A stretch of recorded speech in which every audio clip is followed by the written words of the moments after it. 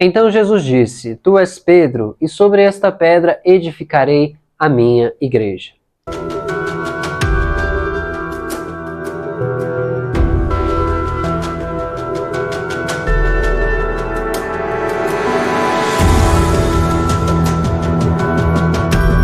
Olá, meus queridos irmãos e irmãs, sejam muito bem-vindos a mais um vídeo mensal que fazemos em homenagem a algum dos santos importantes da nossa tradição católica apostólica romana. Eu me chamo Ângelo Vinícius e nesse mês de junho, mais especificamente nesse dia 29, nós escolhemos falar sobre as duas colunas mais importantes que edificam a igreja que nós conhecemos hoje, as histórias de São Pedro e São Paulo apóstolos. Duas histórias que são muito diferentes entre si, mas que juntas se complementam e mostram a unidade da nossa fé cristã. Mas quem são esses dois apóstolos? Temos uma vaga memória de quem são Pedro e Paulo pela sua trajetória ao longo da história de Jesus enquanto ele ainda estava na Terra e também depois da Terra. Por vez, sabemos que São Pedro era um apóstolo que no início era muito duvidoso. Ele era um pescador, ele passava um homem muito humilde, ele era um judeu que conhecia todas as leis, mas que ainda assim duvidava das coisas que aconteciam com ele. Então, quando chegou Jesus, ele duvidava mais ainda. Na primeira aparição de Jesus para Pedro, ele era um homem descrente e não acreditava que aquele homem poderia resolucionar o seu problema a respeito dos peixes, que haviam poucas quantidades no mar. Mas então Jesus mostrou que era possível.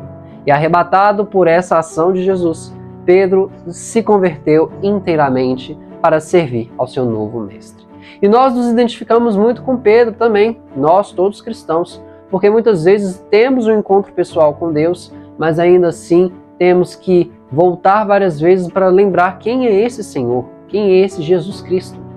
Pedro muitas vezes ele se mostrou um homem resiliente, mas também impaciente também. Nós sabemos que Pedro, ele acreditava em Jesus, mas duvidava de muitas coisas que ele falava.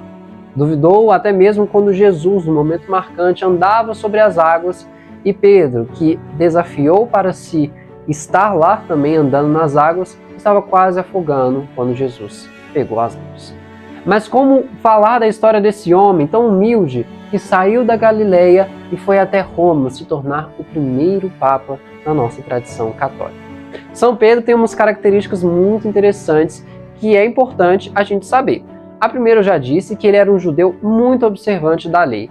Ele era um religioso comprometido com sua fé, por mais que em determinados momentos da sua vida ele estava focado muito no trabalho.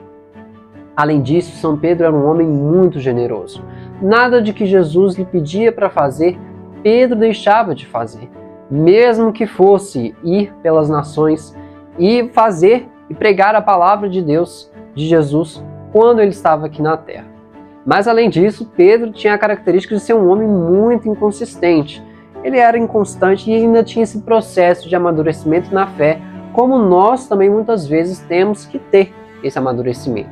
Por mais que Pedro acreditasse em Jesus, quando Jesus falasse para ele, Pedro, tu vais me negar 3 vezes, e ele falava que não ia negar, acontecia o que Jesus falou, de que ele realmente negava, ele realmente duvidava.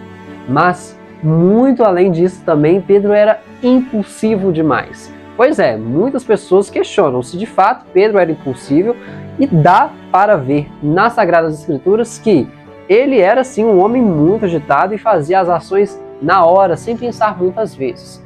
Nós podemos nos lembrar até mesmo no momento da prisão de Jesus, em que quando os soldados da Galiléia chegaram para prender Jesus, Pedro sacou uma faca e aí cortou a orelha de um desses soldados.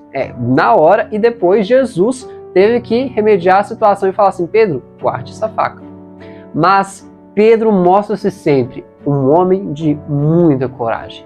Ele, em todas as suas falas e todas as suas ações, essa coragem se manifesta nele.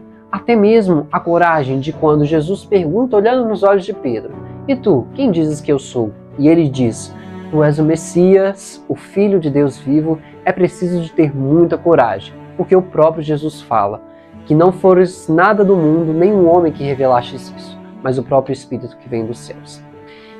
Mas por que Pedro então, Ângelo, ele se tornou o chefe dos apóstolos? Pedro, ele tinha uma excelente característica que é de ser muito comunicativo.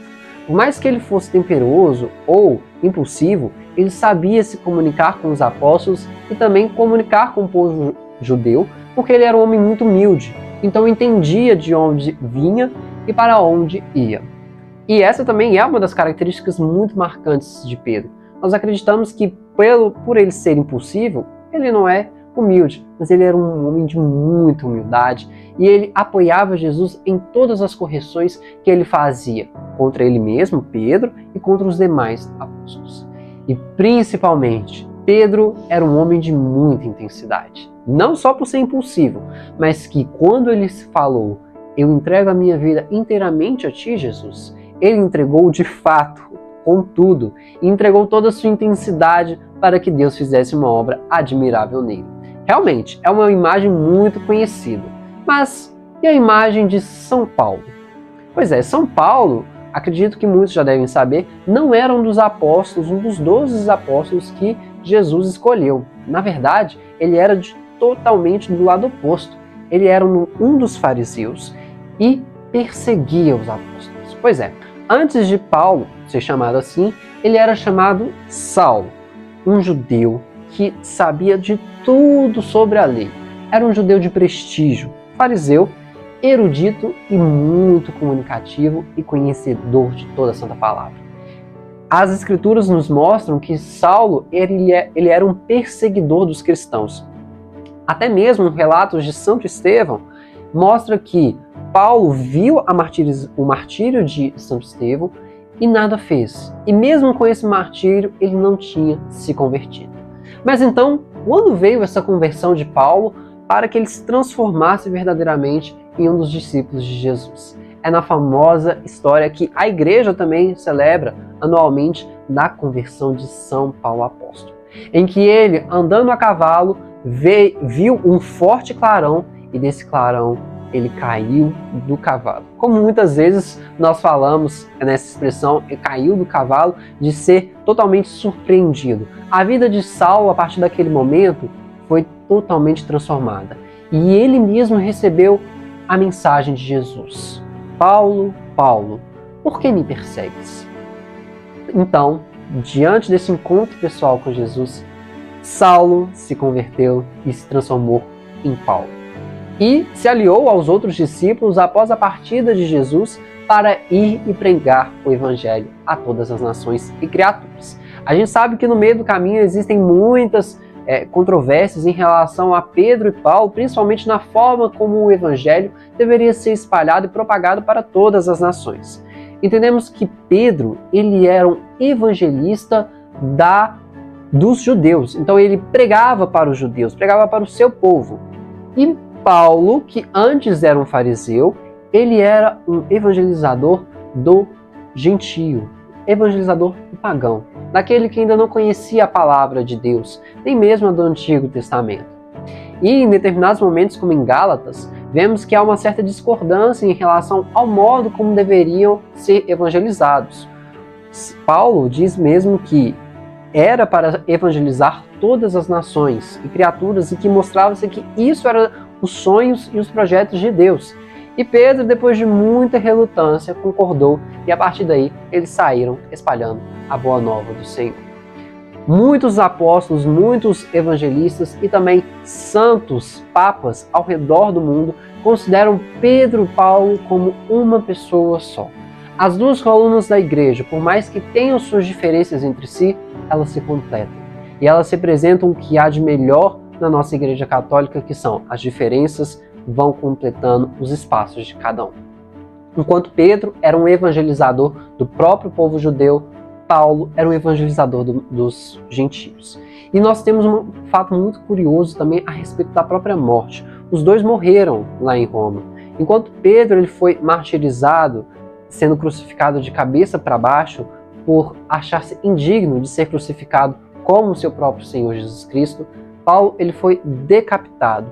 Mas antes de serem martirizados, eles mostraram que verdadeiramente é possível sim uma vida ser entregue totalmente a Cristo.